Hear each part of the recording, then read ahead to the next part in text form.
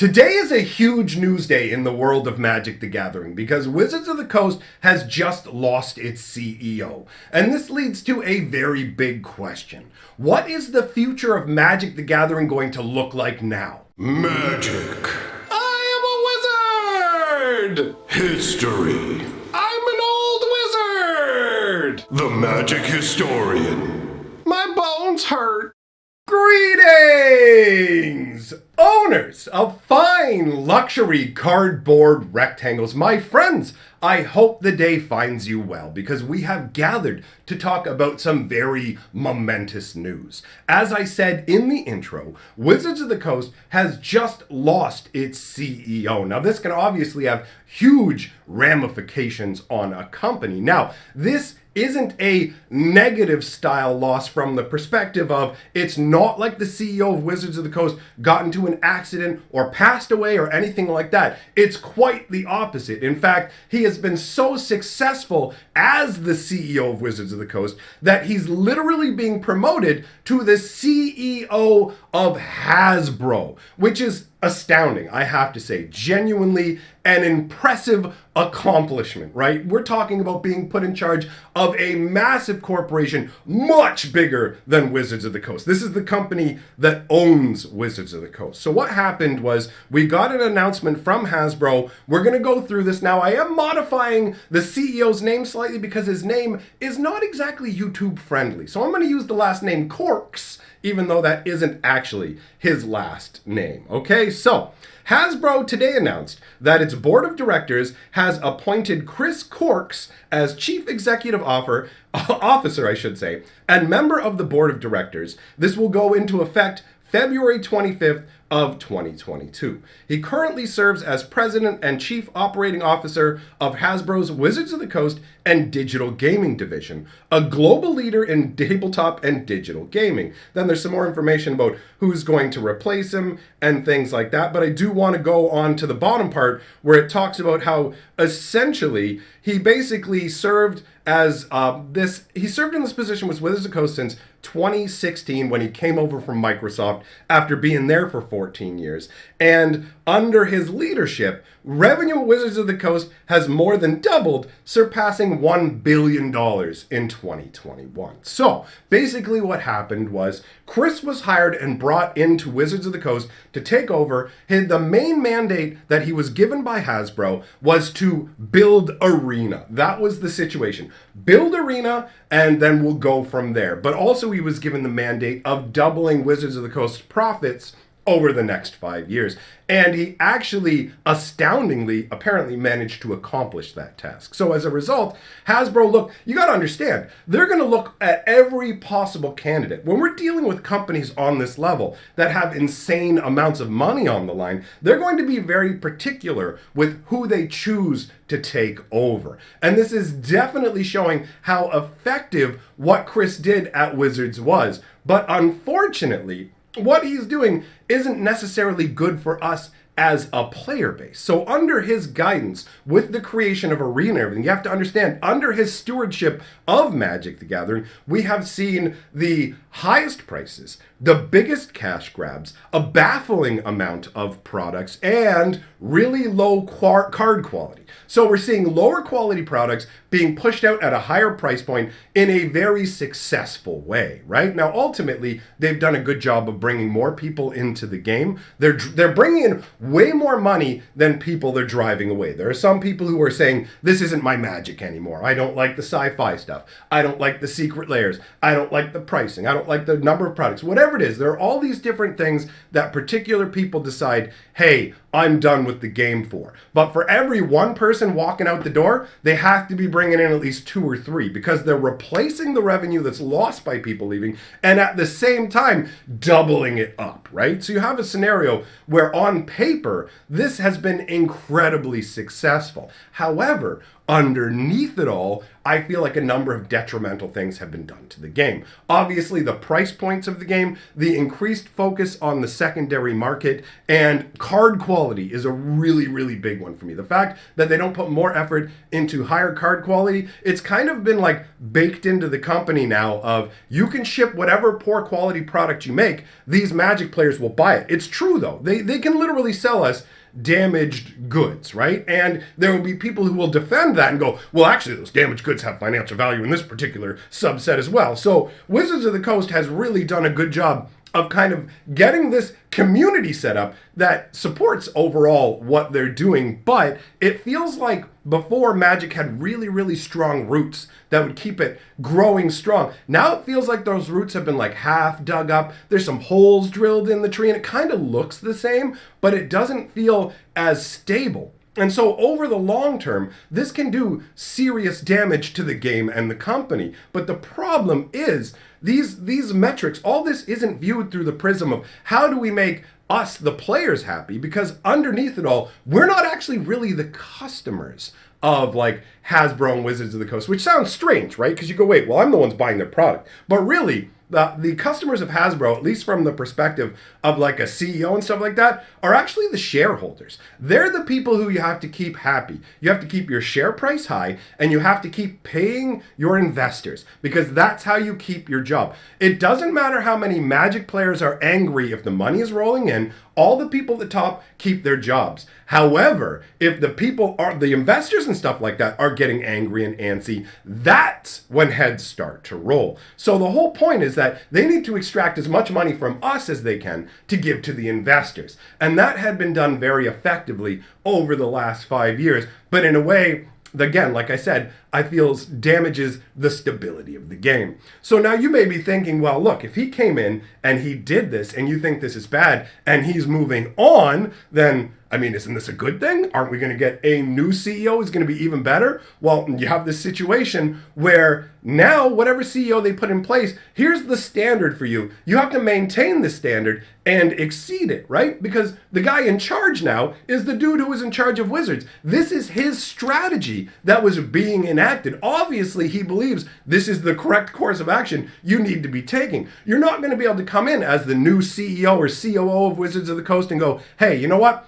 Here's what we're going to do. We're going to make things more cost effective for our customers. We're going to improve card quality. Like everything you hear, everything on that list, improve card quality. Investors get less money. Like every one of those things equals investors get less money kicked up to Hasbro equals no, you can't do it. So now you have somebody who's probably like, Chris comes from Wizards of the Coast. He did such a good job with it that they're going to let him control the entirety of Hasbro. Under his guidance, Wizards of the Coast became a division of Hasbro. That's how effective this guy was. Do you think he's not going to be paying attention to where he came from? If anything goes wrong over at Wizards of the Coast for the next number of years, he can get blamed for that, right? It can basically be like, oh, well, we thought you did a really good job with Wizards of the Coast, but you didn't take care of things as well as you should have. And as a result, look what happened over the next couple of years. Everything fell apart. That's your fault. So basically, for the next couple of years, as the CEO, I expect he's going to be hyper-focused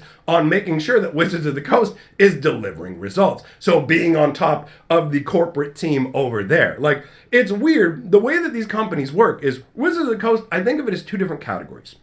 You have at the top, you have all these corporate individuals. You got your CEOs and all your super high management. Literally all they care about is the numbers. Because as long as the numbers look good, they get to move on to a better job. That's what this is. It doesn't matter how much damage they do to what's going on like in the long term. It doesn't matter if they damage the long-term health of the game if they can make short-term profits. Because their job is judged like every 3 months. How much money's flowing in? How much money's flowing in? Nothing else matters. Your job performance is purely based on these numbers. So these people are all at the top, and they give the marching orders to all the people at the bottom who make Magic what it is. We're talking about the people who put the love into designing the cards, the artists who make the awesome art, the flavor text, everything that actually makes Magic magic. All these people are beholden to these corporate overlords. So the corporate overlords are like, yo, keep the money kicking upwards. So like I said, if Wizards of the Coast isn't really like churning on full engines for the next couple of years,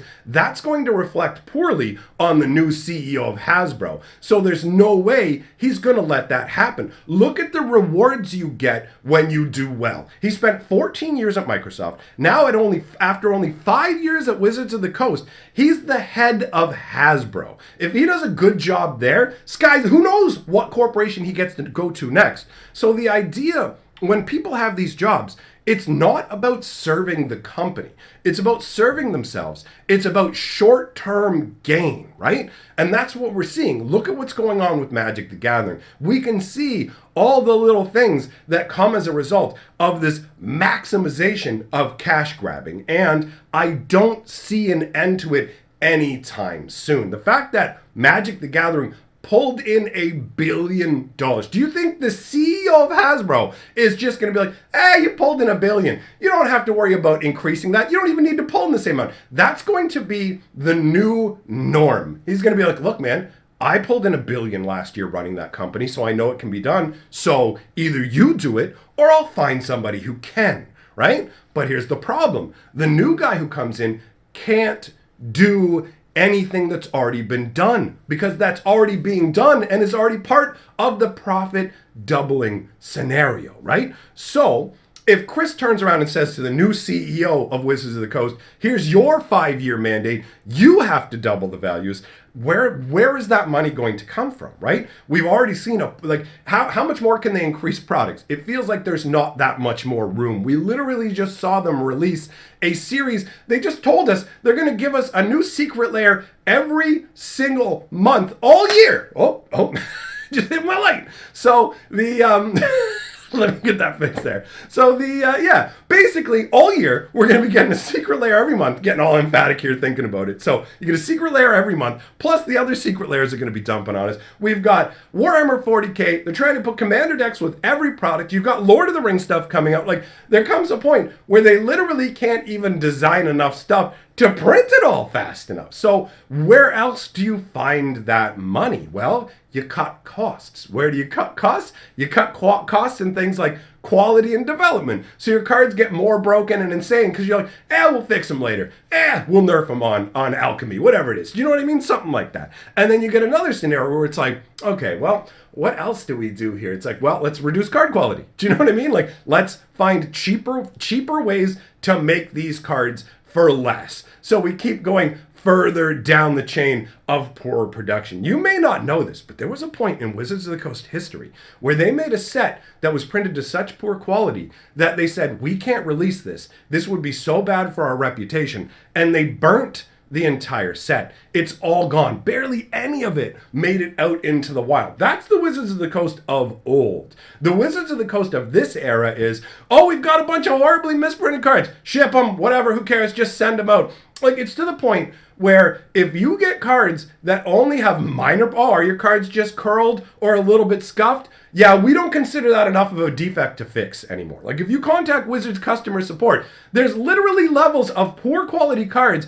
where they will go, we consider this a standard printing of the card. We will not be sending you a replacement. It's absolutely flabbergasting from the perspective of a consumer, but from the perspective of a company that went, no, we've got your money. You can't have it back. So, ultimately, to me, what do I see for Magic the Gathering going forwards as a result of this CEO shift? I, unfortunately, am the bearer of bad news. I ultimately don't see this having a lot of beneficial effect for us. I really just see this ultimately as something that's going to essentially cost us more money along the lines, because my belief strongly is that this new CEO is going to be given another mandate of cranking profits even harder, because Magic the Gathering is one of the few truly profitable arms of Hasbro right now. I feel like Hasbro kind of has like Wizards of the Coast as a crutch under their arm, because a lot of their other divisions have just been getting slammed hard, right? So you've got this situation where this is a big cash cow. You need the money to come in at the level it's already been coming in, but then you need more because you've got investors, you've got inflation, like there's all these factors that go into it. So ultimately, to me, if I have to predict, I say more products somehow, higher prices, and lower quality. I wish that wasn't the case, but that just seems to be the nature of like big corporations, and especially the way things are going with Magic the Gathering overall. Hopefully there'll be some nice surprises for us along the way. It's not like everything about Magic is negative or anything, right? But I mean, ultimately, this does look to me like things are just gonna get a bit ugly. I'm trying to give a big smile on my face because this ain't great news, friends, and I'm trying to stay upbeat because who knows? Maybe I am being overly pessimistic, right? But I prefer to view it as being realistic because corporate North America action is what it is, and I'm old enough to have seen enough to be cynical. Anyways, let me know your thoughts in the comments below. Big thank you to all of my patrons for making the wisest choice in the universe, which is to support my channel. You are all the best people on the planet. So, I'll leave some links to some other videos for you to enjoy on the screen, and I will see you guys next time.